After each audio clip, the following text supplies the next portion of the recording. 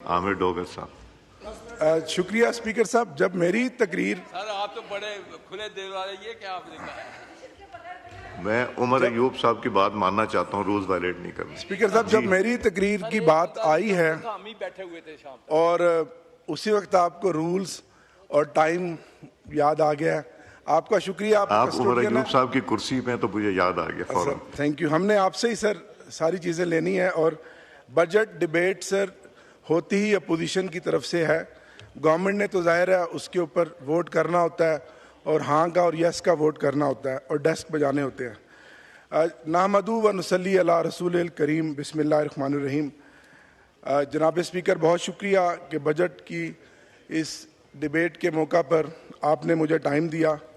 मैं सबसे पहले तो बजट पर बात करने से पहले जो मजमूई सूरत हाल है आलम इस्लाम की, ख़ास तौर पर गज़ा और इसराइल और ईरान पर हालिया हमले पर बात करना चाहता हूँ।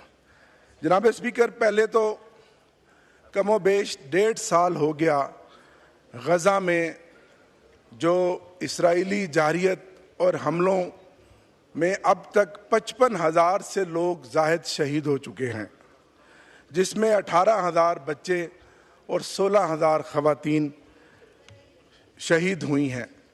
और अभी तक बेदरेग हस्पतालों पे, कॉलेजेस पे, स्कूलों पे मिसाइल दागे जा रहे हैं और पूरी दुनिया नाकाम हुई है गज़ा पर जंग बंदी करवाने में। और बिलखसूस इसमें जो मुस्लिम उम्मा का किरदार है वो इंतहाई शर्मनाक है, इंतहाई शर्मनाक है। और यकीनन इसी तरह हमारी हुकूमत का किरदार भी गज़ा के मामले पे, फ़लस्तीन के मामले पे इंतहाई शर्मनाक है।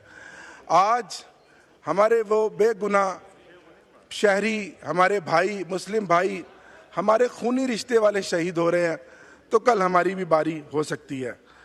जनाब स्पीकर, इसके बाद जो ईरान पर हमला हुआ, फ़लस्तीन का बग़ैर किसी वजह से, इस ईरान पर जो हमला हुआ इसराइल का बग़ैर किसी वजह से, और मैं सलाम पेश करता हूँ ईरानी कौम पे कि जिन्होंने दुनिया के 57 इस्लामी मुल्कों में से जुर्रत का मुजाहरा करके वो खड़े हुए हैं और उन्होंने अपनी एक बैकबोन शो की है। जनाब, अगर आप थोड़ा सा नक्शा देख लें तो इसराइल की सरहद उर्दन से मिलती है और उर्दन की सरहद शाम से मिलती है, शाम की सरहद इराक से मिलती है, इराक की सरहद ईरान से मिलती है और ईरान की सरहद पाकिस्तान से मिलती है।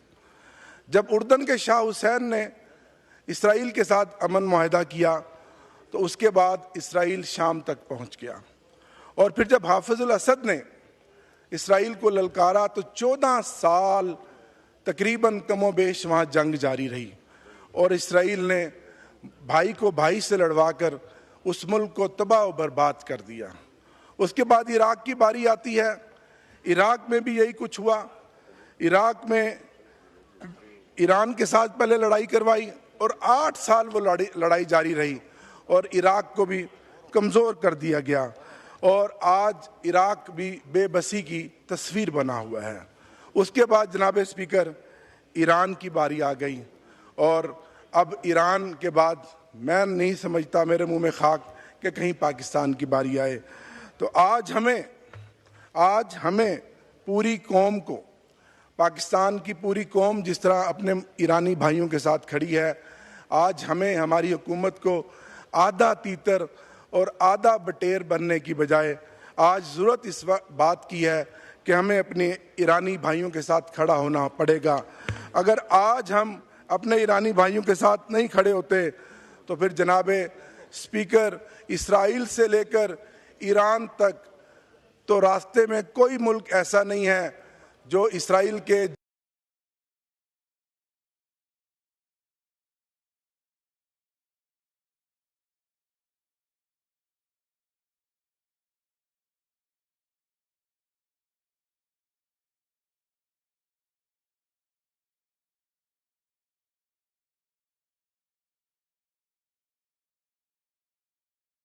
ये एक न्यू वर्ल्ड ऑर्डर है कि पहले उन्होंने उर्दन, शाम, लीबिया, इराक, ईरान और उसके बाद मेरे मुंह में खाक के कहीं पाकिस्तान की बारी ना हो। तो जनाब स्पीकर, आज हमें कल यहाँ फॉरेन मिनिस्टर साहब आए, उन्होंने कोई बात नहीं की, उन्होंने ईरान के इस हालिया हमले पर कोई बात ना की। अगर आज हम ये बात नहीं करते, आज हम नहीं खड़े होते, तो फिर मैं ये समझता हूँ कि ये बुज़दिली भी होगी और ये मुस्लिम उम्मा के साथ ज़्यादती भी होगी।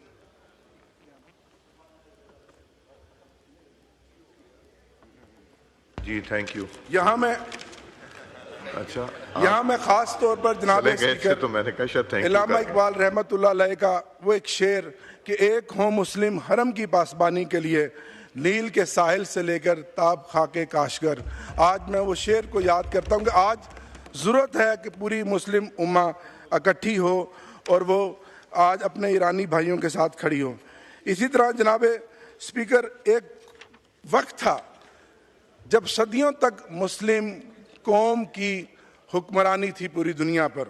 एक वक्त था कि जब इस्लामी फर्जंद हमारे इस्लामी झंडे लेकर जिधर का रुख करते थे तो हवाओं का रुख मोड़ देते थे और हर मैदान में वो फतह याब होते थे और दुनिया की बड़ी बड़ी सुपर ताकतें कैसर व कसरा उनके आगे ढेर हो जाती थीं।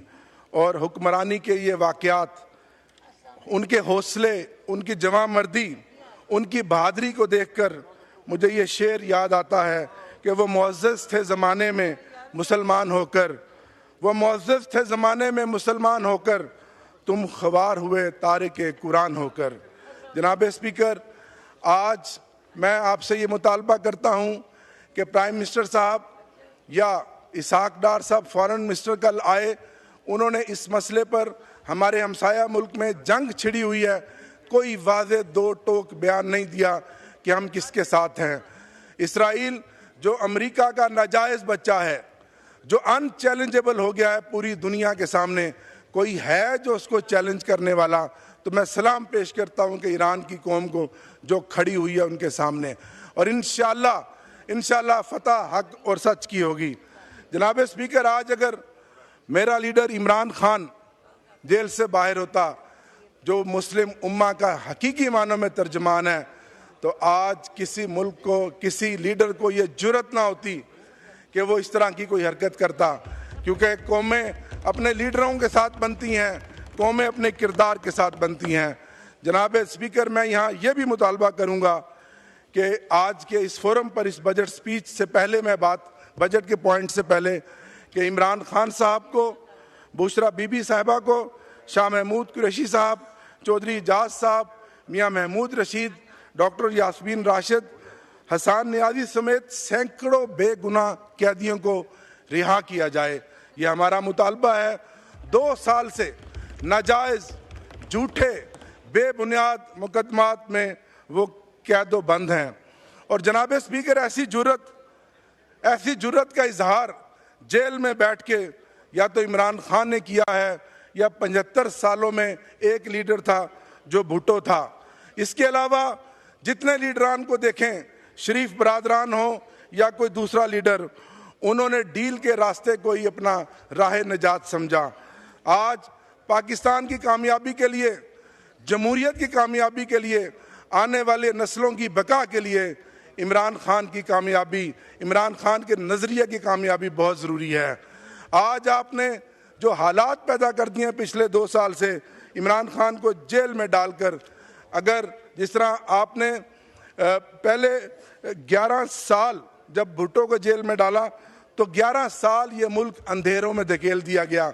आज ये कौम 2025 है, ये अफोर्ड नहीं करेगी कि आप इमरान खान को जेल में डालें और ये मुल्क दोबारा अंधेरों में धकेल दिया जाए। हम मज़ाहमत करेंगे।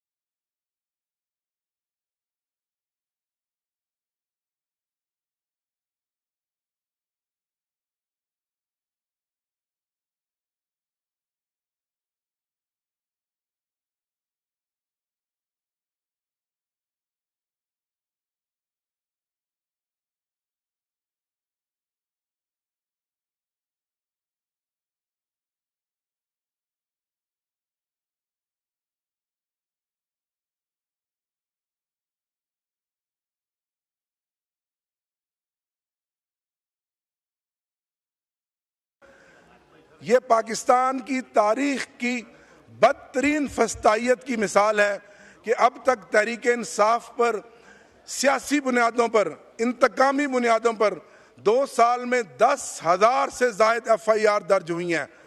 10,000 से ज़ायद FIR पाकिस्तान की तारीख में ये दुनिया का वर्ल्ड रिकॉर्ड बन गया है। किसी सियासी जमात के ऊपर दर्ज नहीं हुई।